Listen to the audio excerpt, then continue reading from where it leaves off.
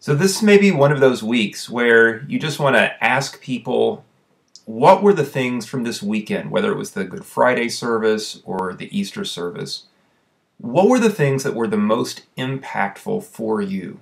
And what would it look like in this coming week to take those truths and really keep them in mind and start living them out as you go through their week?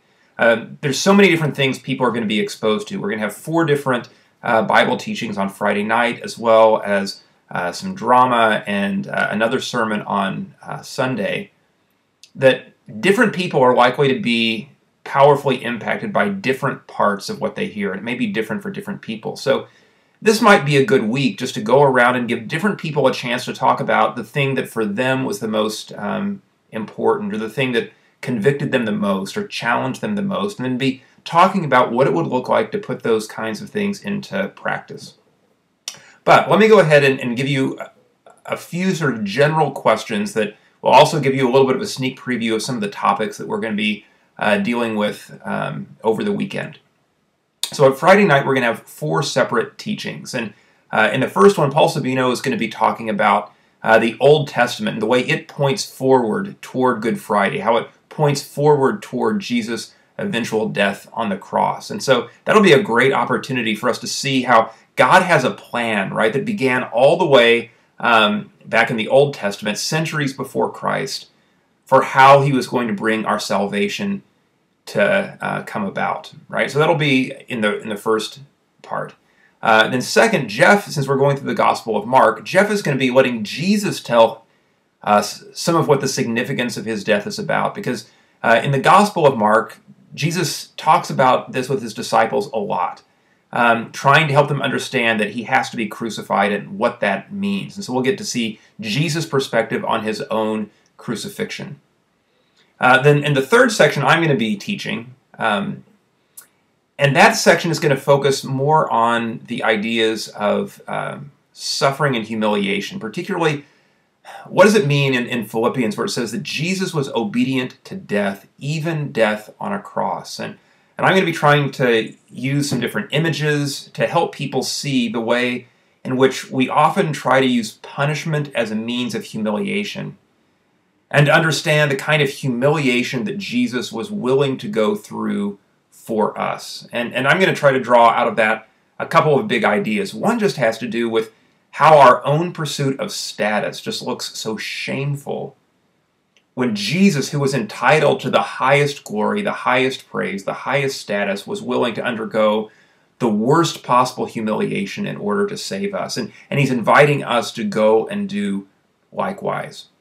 But then I also think there's some other implications that are important as well. So we're able to see how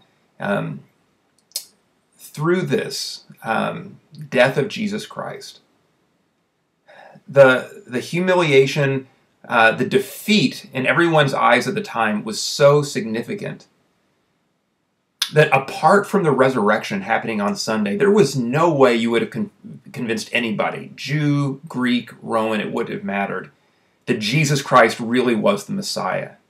His defeat appeared to be certain. He looked to be one cursed by God. And against that, the fact that all of a sudden this rapidly growing movement starts to proclaim, no, the crucified one really is the Christ, actually should be a great confidence builder for our faith. So that's what my talk is going to be about. And then in the fourth one, Drew Stevenson is going to be talking about Psalm 22, and he's going to be talking about the way we see David suffering. And in David's suffering, there's this preview that David himself probably can't even imagine of Jesus' own suffering on the cross. And it's a reminder that there's a connection between our suffering and Jesus' suffering, and that can be an encouragement to us. And then I think what ties all of these different things together is what Troy is going to talk about on Sunday.